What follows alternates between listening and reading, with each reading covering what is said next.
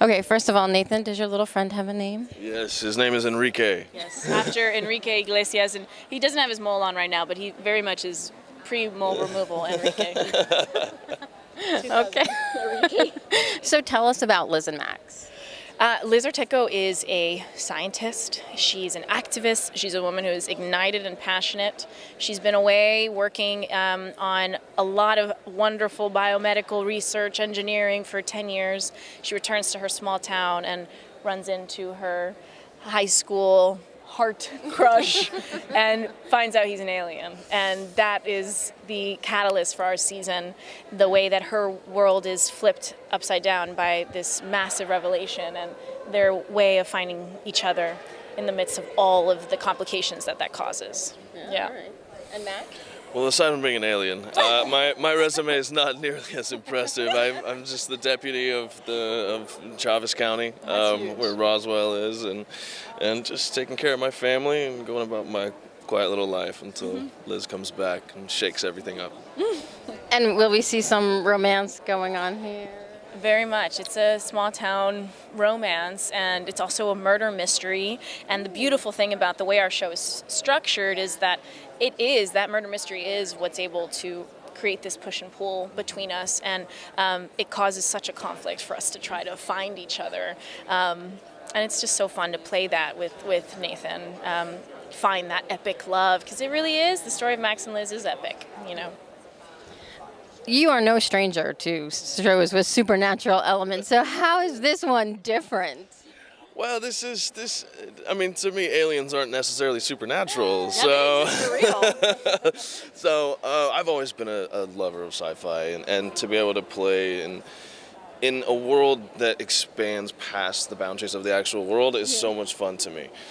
Here, there's potential to go back to home planets and discover aliens, spacecraft, and these epic battles in outer space. We can do all of that here, and that's just such a fun playground.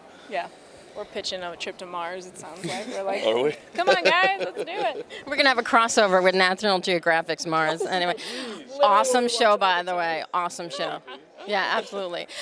So Liz is the daughter of illegal immigrants. Yes. So will there be some political undertones? Absolutely. I mean, we're acknowledging that this is a border town, and we're acknowledging that it's 2018 and our current political climate, and it makes such a fun added element in which we are, as the Orteco family, also dealing with the protection of each other. You know, my father is undocumented, and it mirrors the way that Max and his family, this alien family, are also taking care of each other and also feeling other. And it's just becomes a huge metaphor for what is alienation and what is feeling other and what is home, and can we all just, get along? All right, quick one last question. If you could describe the show in one word, what would it be? Epic small town romance? It's not one word. It's not one word.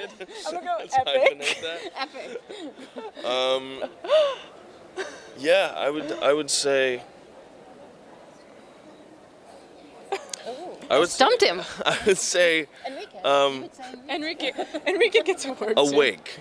Awake. Oh, that's a good one. Ooh, that's intriguing. I like that. Well, thank you guys. We can't wait to see it. Nice to meet you too. Thanks. All right, perfect. All right. So tell us, what are the challenges of writing this show? So many. Should we make a list?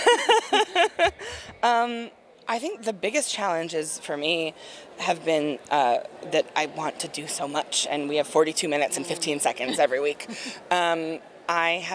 We've really put together an incredible ensemble cast. I mean, the people who play the sort of tertiary characters are extraordinary actors like Michael Trevino and Tyler Blackburn and Heather Hemmons and Trevor St. John. And so I want to make everybody the star of the show and tell these big stories for everybody. And then people are like, okay, well, this episode is going to be 100 hours long if we do all this stuff. So my biggest challenge is really condensing all the things that we would like to do into one thing. And I also feel, and this is getting a little more serious, but one of the biggest challenges right now for me, and I know for the entire writing staff, is that there's so much going on in the world, and there's so much trouble happening and there's so much strife that sometimes it's kind of hard to come to work and be like, let's talk about sexy aliens for a while, because you start to feel like you're not contributing.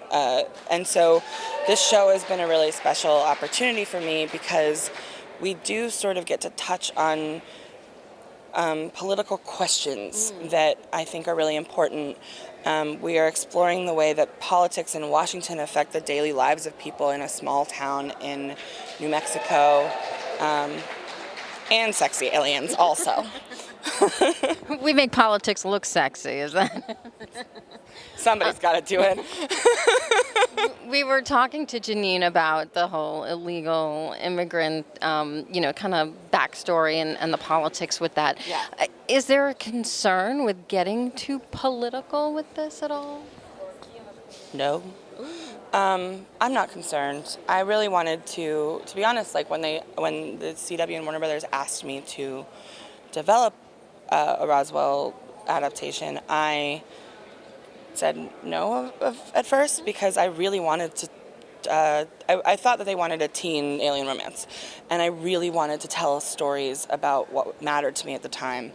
And I think that they really gave me the opportunity to do that. They have been super supportive of, we're telling stories about what it feels like to be different in today's society, whether that's what it feels, and today's society in a small town in the middle, on a border state, whether that's I'm an immigrant, whether that's I'm an undocumented immigrant or a legal immigrant or an alien or gay or, the one black person in town. The real town of Roswell has a very, very, very small population of African Americans. So when we're telling a story about an African American in this town, we are telling a story about somebody who has been denied a community. And I think that those things just fold into the daily lives and the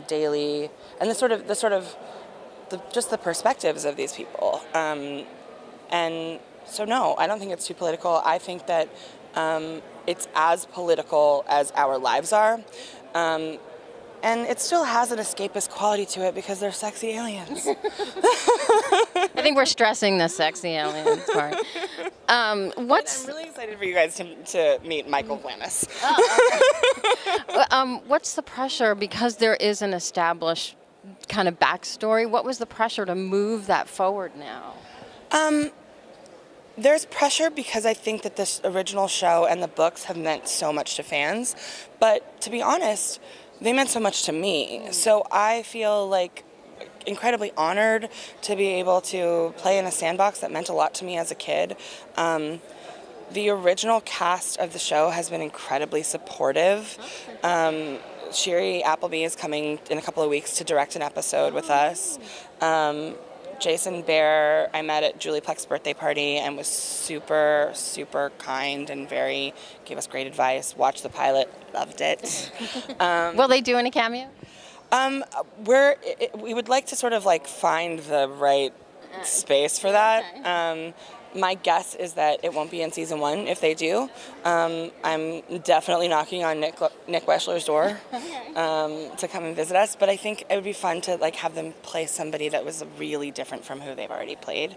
So we're working on it. I would love them all to come and play with us in Flashbacks. We do a lot of flashbacks to 1947, and I think that would be a really fun place to see some slightly familiar faces pop up. So we'll see if we get the opportunity in the future. Well, we're really excited about the show. Thank you for talking so with much. us. Yeah. Nice to meet you. Nice to meet you. Hi, Chris. How are you? I'm good. Yourself? I'm good. How's your Comic-Con going?